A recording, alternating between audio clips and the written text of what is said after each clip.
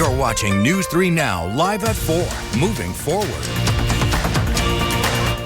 Hello, everybody, and welcome to this Friday edition of Live at 4. We begin with breaking news. U.S. stocks plummeted today in the wake of President Trump's tariff announcement. The Dow lost over 2,200 points. The NASDAQ is now in a bear market, down 963 points, and the S&P 500 lost 322 points. It marks the worst day the markets have faced since the COVID crash. And China has vowed to impose reciprocal 34% tariffs on all imports from the U.S. starting April 10th. Earlier today, Federal Reserve Chair Jerome Powell warned the tariffs are likely to cause increased inflation. While uncertainty remains elevated, it is now becoming clear that tariff increases will be significantly larger than expected. And the same is likely to be true of the economic effects, which will include higher inflation and slower growth. The Fed's next meeting is the first week of May. That's when they'll announce whether they plan to cut interest rates. Let's get a check on the weather now. Blaze is out on the weather patio. It's cloudy and a little chilly to start the weekend. Yeah, got my jacket on. I think that's all you need, just a light jacket. We're going to be hanging out in the 50s this weekend after some rain showers move in later tonight. We're going to hold off on the rain chances probably until about the evening hours, no sooner than I would say 7, 8 o'clock is when those showers will likely move on in, and then we're going to continue to watch as those showers move on out. So those showers will wrap up as we head into the morning hours on Saturday, and then we're left with more partly sunny conditions. Again, we are anticipating those temperatures to be back into the 50s as we go into the afternoon hours on both your Saturday and your Sunday as well. Winds are going to be a little bit breezy out of the northwest on Saturday. We're going to talk more in depth about the winter mix that we will see Sunday night into Monday, how much snow we could see, and then what lies ahead for next week in the full forecast. All right, Blaze, thank you. We have more breaking news. One of the boaters who went missing yesterday is dead. 3 people were on a boat on the Wisconsin River Thursday afternoon when it flipped over. One boater was able to safely make it to shore, but divers had to look for the other 2 until conditions got dangerous. They resumed their search this morning. The boat capsized just south of Kilbourne Dam. We don't know the name of the boater who has died or the one who is still missing. As soon as we have more information, we will update you. Today, 2 Madison Metro bus drivers who have been attacked by passengers are speaking out as the Teamsters Union holds a news conference asking for more support from the city to protect drivers. In the past 5 weeks, there have been 4 reported assaults against Metro drivers. Brian Gartley, who was attacked while driving his route on Sunday, says he received 3 days off and a workers' compensation package, but he hasn't heard from Metro since. I was struck in the face with a coffee mug and then struck multiple times during the attack, along with suffering a concussion. While fear for my safety was immediate, so too was my concern for my passengers. Metro's general manager Justin Sturenberg announced that he would be resigning from his position earlier this week. Union representatives say he contributed to the unsafe workplace environment. It all comes amid contract negotiations between the Teamsters and the city of Madison. The union says they're fighting for livable wages. To continuing coverage of the alleged abduction of Sophia Franklin, the pregnant Beaver Dam teen is back with her family after a trucker and his wife spotted her with the 40-year-old father of her child in Nebraska. She had been missing for 2 months. Today, Gary Day pleaded not guilty to contributing to the delinquency of a minor and providing a false name to law enforcement. Both of those are misdemeanor charges. In Wisconsin, Day is charged with 2 counts of abducting a child and 2 counts of child enticement, resulting in mental and bodily harm. A criminal complaint says Day and Franklin had been in contact for months and initially met online.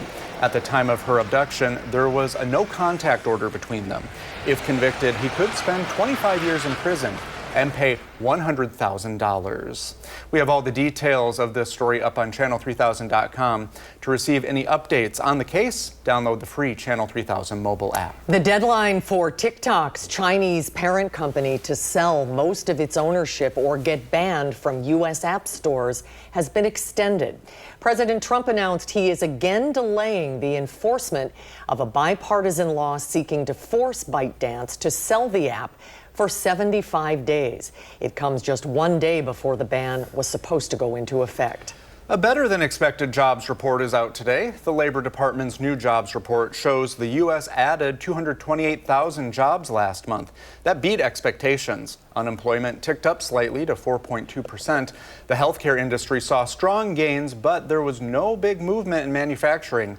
Meanwhile, federal employment declined as the Trump administration continues to cut the government payroll. But workers placed on leave or receiving severance are still considered employed in the Labor Department's tally. April is Autism Acceptance Month, and experts say more businesses and organizations are integrating spaces that are more friendly to people on the spectrum. Now, one of those is at the Kalahari Water Park and Resort in Wisconsin Dells. Arman Rahman takes us there.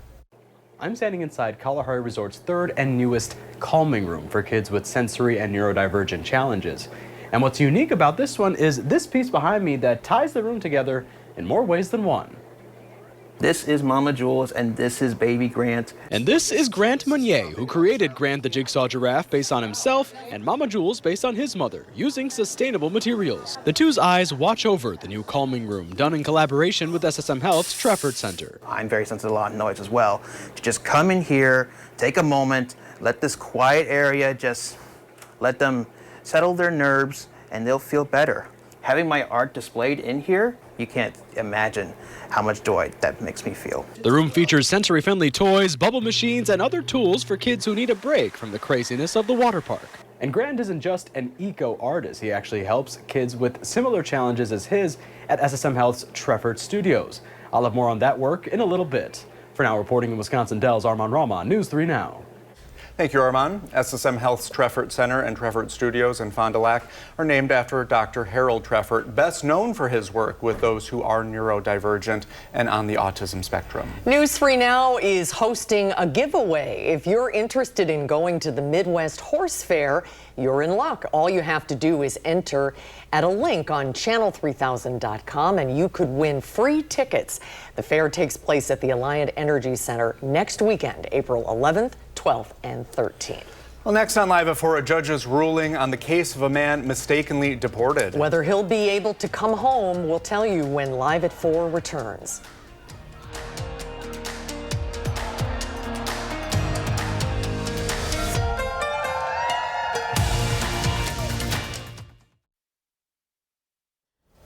Welcome back. The Trump administration's deportation efforts may lead to a workforce shortage in healthcare. An analysis by the Journal of the American Medical Association found more than 1 million non-citizen immigrants work in healthcare, making up 4% of hospital workers and 7% of nursing home workers. There are already staffing shortages in nearly half of U.S. nursing homes.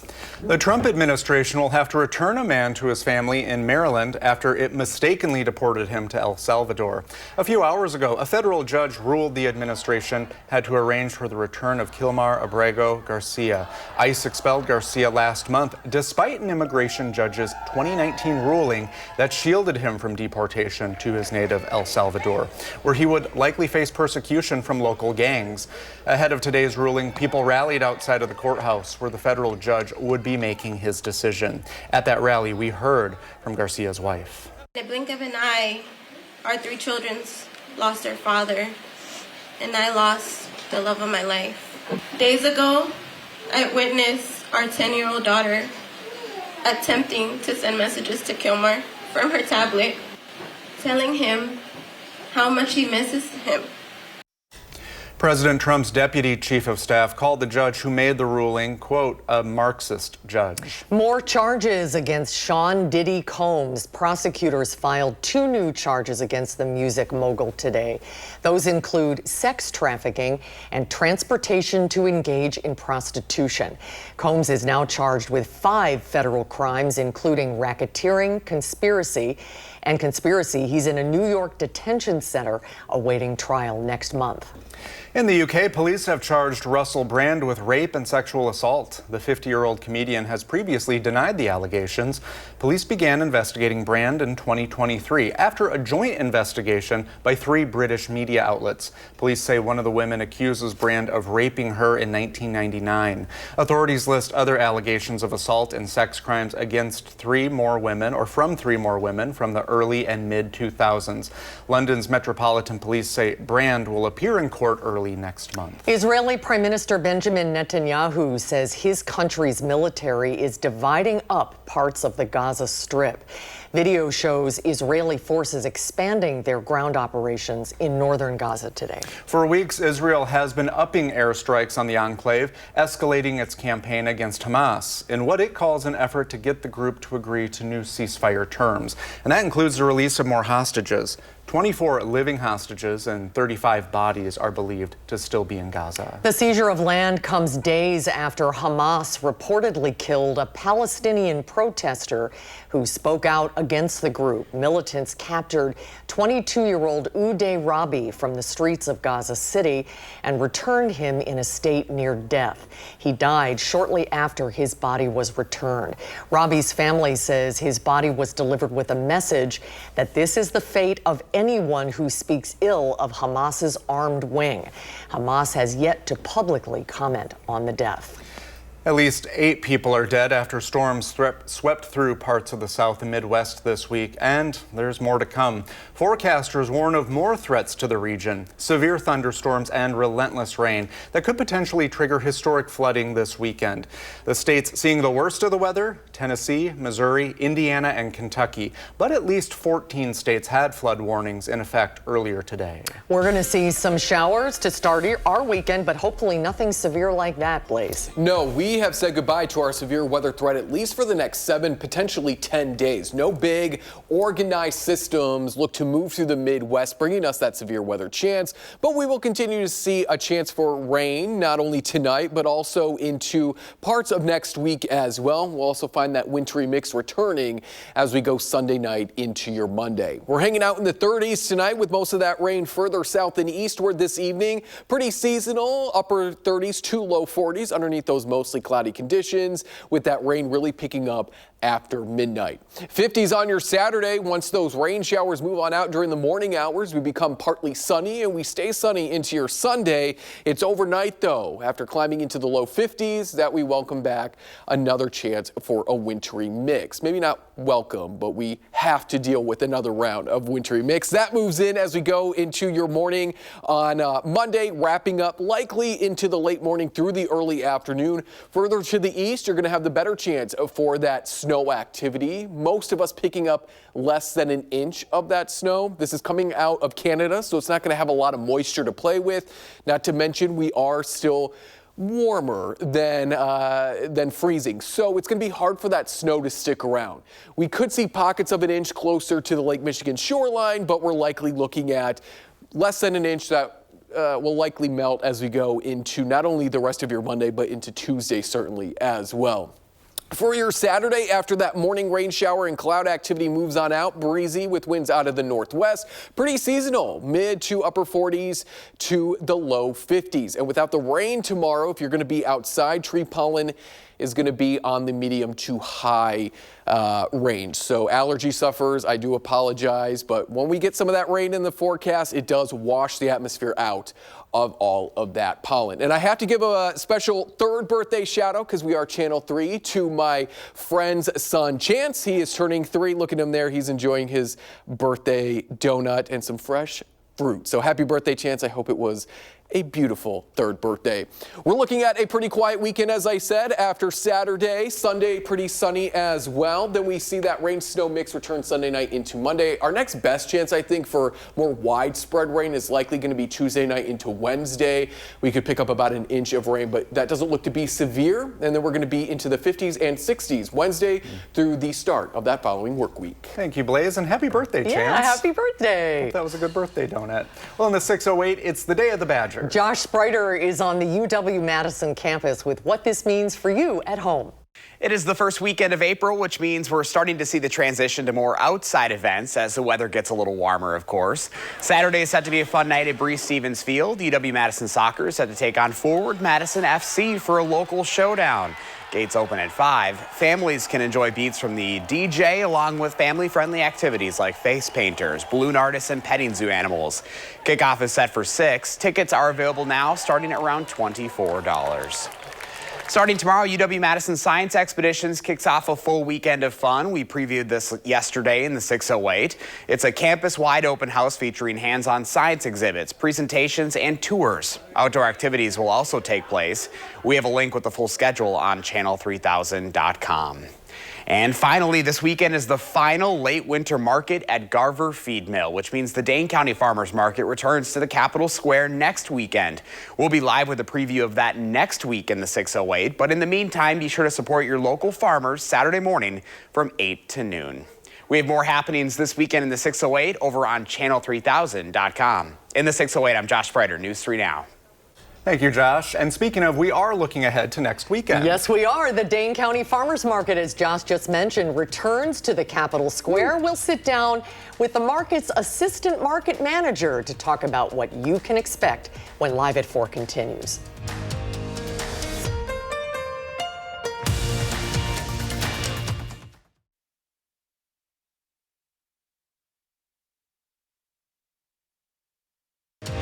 Watching News 3 Now, live at 4. Well, now I'm excited about the farmers market, but we have one more weekend to go and we have some showers on the way. Yep, the flowers are getting a little bit of a drink. April showers, but Blaze is out on the weather patio. No rain yet. Yes, we are sitting underneath mostly cloudy conditions. I'm looking at our flowers that are trying to bloom here. They're maybe a few weeks away, maybe later this weekend into next week. It is going to be a bit of a rainy night Friday into your Saturday, but the good news is for the rest of the weekend, we do look to remain dry. 50s both Saturday and Sunday. The morning rain activity that starts tonight will end during the late to mid-morning hours on your Saturday. Breezy at times, but those winds will die down as we head into the rest of your weekend. Here's a look at those showers moving on in, mainly as we go, I would say, from about 9-10 o'clock overnight into the start of your Saturday. I would say peaking sometime between 12 and 3 o'clock Saturday morning is when we'll likely see more of that shower activity across central and southern Wisconsin. But you're seeing it there on your screen by 6:30, 7 o'clock. We're drying out, and then we just sit underneath partly sunny, turning mostly sunny as we go throughout the rest of your Saturday. 30s tonight, pretty seasonal with, again, those rain showers moving on in. We're going to take a look at who's underneath the threat for severe weather this weekend. Some of the places that just got done with severe weather could be underneath that threat yet again as we head into the weekend, and we'll take a look at the extended forecast in just a few minutes. Thanks, Blaze. We have some more breaking news today. The Supreme Court will allow the Trump administration to temporarily freeze dozens of teacher training grants. It marks the first win for the administration at the High Court. $65 million will be withheld from the program around the country. That includes one at UW-Madison, where graduate students are now unable to participate in a program that was meant to address a special education teacher shortage in Milwaukee. The decision was 5-4 with Chief Justice John Roberts and the 3 liberals dissenting. President Trump has announced at least a 10% tariff on everything brought to the U.S. this week. This is expected to have a huge impact on the economy. Our Tanisha Shaw talked to a local furniture store owner about how this could impact the prices for home goods. We don't want to put any more stress on the consumer than we absolutely have to. Things like cars, food, and furniture are expected to be impacted by new tariffs.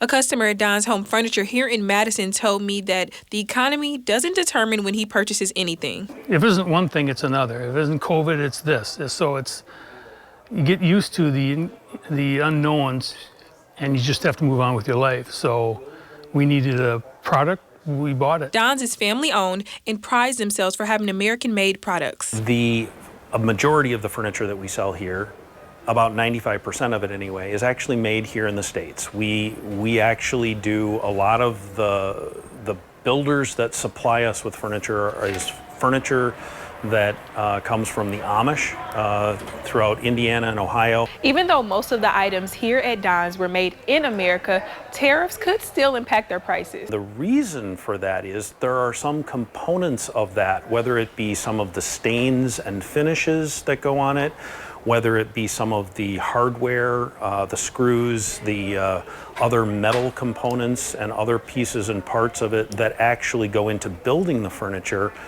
are going to be affected by the tariffs. And it won't affect our furniture as much as, say, a big box store, but it will definitely affect our furniture. Tonight at 6, the price difference you could see on home goods. Reporting in Madison, Tanasia Shaw, News 3 Now. Thank you, Tanasia. And those stocks and other countries' retaliations made for another brutal day for the U.S. stock market. The Dow plunged more than 2,200 points.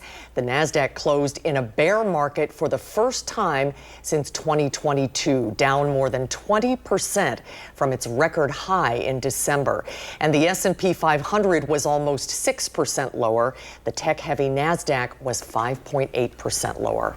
Madison police arrested a woman charged for her alleged involvement in the death of an inmate at the Waupun Correctional Institution. The court revoked 37-year-old Janelle Hill's bond after she didn't appear for a scheduled hearing on Wednesday. She's charged with first-degree reckless homicide. In 2022, a prisoner at Waupun overdosed. An autopsy showed latex balloons in his system that contained a mixture of cocaine and fentanyl. The sheriff's office accuses Hill of delivering the balloons to the victim the day before he died. Wisconsin Attorney General Josh Kaul signing on to another lawsuit against the Trump administration over its attempts to take away funding from the National Institutes of Health. The 17 attorneys general allege the administration's actions have led to, quote, significant harm to public research institutions. According to Kaul, UW-Madison lost 4 grants worth $25 million, impacting research on vaccines, diseases, and minority health. UW-Milwaukee has also lost grants which were supposed to support substance abuse and violence prevention research. The Wisconsin DOJ is also suing the administration for its attempt to dismantle 3 federal agencies providing services and funds to libraries and museums, including ones in Madison. Attorney General Kaul released a statement that reads in part, local libraries and small businesses are important parts of communities, no matter what the Trump administration seems to think. These cuts should be blocked so these agencies can return to providing the services they previously offered. Today, dentists in Dane County hosted their 3rd annual Day of Mercy. The event provides free dental services to people who are homeless, refugees, or just struggling to make ends meet. Our crew went to the event to see firsthand how it's impacting vulnerable members of Madison's community. So cost is a huge barrier that keeps many people out of the dental clinic, but fear is also a huge barrier. When you have both of those colliding, it can keep you from coming to the dentist sometimes 10, 20, 30. We had somebody here today who hasn't seen a dentist in 40 years. And if you'd like to help the Mercy Dental Missions with their work, go to mercydentalmissions.org. Coming up on Live at 4, a new documentary looks at former Badger basketball player and assistant coach Howard Moore. Where you can see the film and we'll tell you what inspired it when Live at 4 continues.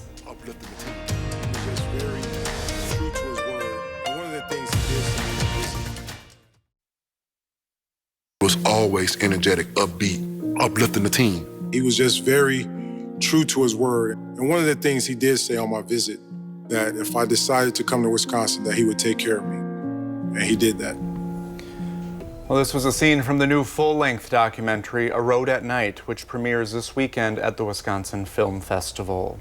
Well, it tells the story of former Badger basketball player and assistant coach Howard Moore. In 2019, you may recall Moore's car was hit head-on by a drunk driver going the wrong way. The crash killed Moore's wife Jennifer and his 9-year-old daughter Jaden, as well as severely injuring Moore and his son Jarrell. Madison's John Roach co-wrote and directed the documentary. He spoke with our photojournalist Chris Hawbaker about bringing this powerful story to the screen. Phone's ringing. I'm like, why is Joe Krabinoff calling me at 6 in the It's not a morning. basketball documentary. It's not a sports documentary. Basketball, Big Ten basketball, that is the stage upon which this all plays out. But really, this documentary is about 3 young women going out for drinks on a Saturday night, and not one of those young women making one good decision. Just learned that it was a family of 4 that was hit by a head-on driver going the wrong way. It is a sad story. It's a tragedy. But in the midst of tragedy, there is compassion and love and forgiveness and hope. Well, I have 100% hope that Howard is going to have this story to tell that is just incredible. One of the lines we've used in the film is how the worst of times brings out the best in people, because the people, Howard's teammates, their community at their church, their community in Middleton, so many people have rallied around the Moores that it's really heartwarming. Howard Moore, the crowd pleaser. They do like him here. Pardon the pun, but it's a sobering story. Wisconsin and other states, have a lot of people who drink a lot. Folks can go to domore434.com to help pitch into the Moore Family Trust, because Howard has ongoing medical costs, and we want to make sure that Jarrell Moore, who just graduated from high school last year, has what he needs to set out on his life. I still can't wait for the day when he can come back to Cole Center for a game. He's a fighter, and he always will be. We're all looking forward to that. The world premiere of A Road at Night is this Sunday, April 6th at 7 p.m. at the Barrymore Theater. It's part of the Wisconsin Film Festival. And for tickets, you can go to wifilmfest.org. That looks like a really powerful movie. See it. Yeah. Coming up on Live at 4, a Miami trauma center, a submarine adventure, or a high-stakes hunt for demons. Yeah, you can do all these things and you don't even have to leave your couch. Will Loper has a look at what you can stream this weekend next in the Loper Report.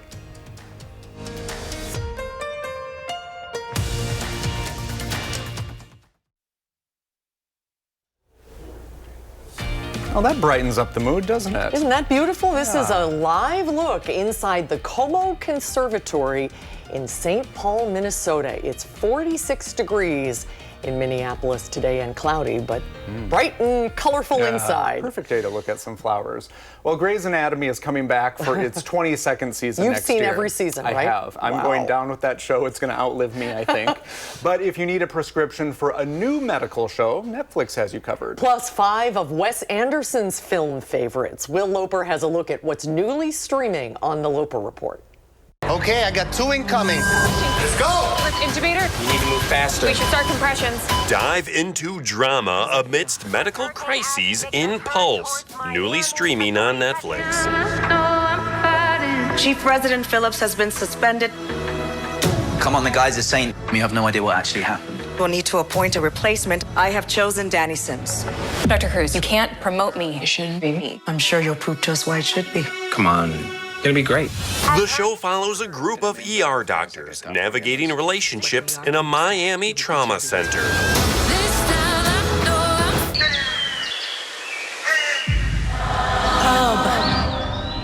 Did you die? Watch Kevin Bacon as a man brought back to life in The Bondsman, newly streaming on Amazon Prime Video. You're only standing here now because we brought you back. You're still a bounty hunter, but now you hunt demons. The supernatural thriller series follows Bacon as he tracks down escaped demons. Did you take our son along for a demon fight yesterday? I'm just trying to do something nice here. It's against the law. Go. It was against the law. And fans of Wes Anderson can now stream 5 of his films on Hulu, including Rushmore, Long and lonely mile. The Royal Tenenbaums, and The Life Aquatic with Steve Zissou. That was one of the most dramatic things that's ever happened on this boat. For Live at 4, I'm Will Loper. They're all great. Something to watch during this kind of rainy weekend we're looking at. Yeah, especially tonight into the start of your Saturday, and heck, you could continue into Sunday, but we are going to see more sunshine as the weekend goes on. So get out and enjoy it while watching some of those movies on Hulu. Those rain showers beginning to move out of northern Illinois right now. They're going to continue to stick with us overnight, drying out as we go throughout your Saturday. Let's jump ahead to that wintry mix possibility Sunday night into early Monday. A little clipper is going to come out of southern Canada, so not a lot of moisture with this system to play with, but we could pick up about an inch or less as that snow moves on through, wrapping up by the late morning, if not the early afternoon. Winds are going to be out of the north, so it is going to be a bit breezy on Monday as well, but we'll sit underneath partly sunny conditions and warm back up into those upper 30s to low 40s. So any snow that we do get Monday will likely melt. If not, it will certainly melt on Tuesday. And as I mentioned, we're looking at about an inch or less. There's not a lot of moisture, and the winds aren't going to be off of Lake Michigan in our neck of the woods, so we're probably not going to get a whole lot of lake effect influence as well. So this is just a little last taste of winter. Hopefully it will truly be our last taste, but we'll of course keep you updated if that changes. Off to the south we go. If you've got friends or family in the lower Mississippi River Valley and along the Gulf, they're going to be dealing with potentially another severe weather outbreak. Folks that were underneath that high risk on Wednesday, underneath now a moderate risk for severe weather. Strong winds, dangerous tornadoes, and hail likely tonight. That moves slowly further east on Saturday. We find now just an enhanced risk for primarily the same area, and then that moves down to about a slight risk closer to parts of the Panhandle, including Atlanta, as well as parts of Alabama and Mississippi. So if you got friends or family in the path of this storm system, make sure that they are staying weather aware. Speaking of severe weather, we have the upcoming storm spotter classes on our latest Beyond the Barometer, hosted by both the National Weather Service in Milwaukee as well as out of La Crosse for some of our folks in Richland County. There is the list right here. We've got the exact locations. These are free for you to be a part of. You can be the eyes during severe weather events, giving us here at Channel 3000 and the National Weather Service up-to-date real-time information like what our friends did this past Wednesday.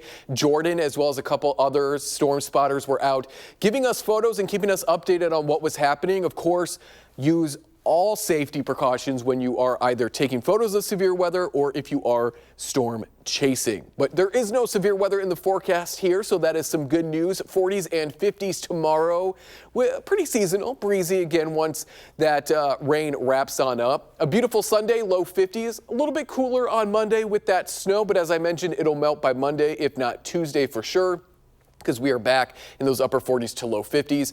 A better chance for rain returns Tuesday night into Wednesday, and then we sit in the 60s on Thursday. We'll be back there to end our following weekend.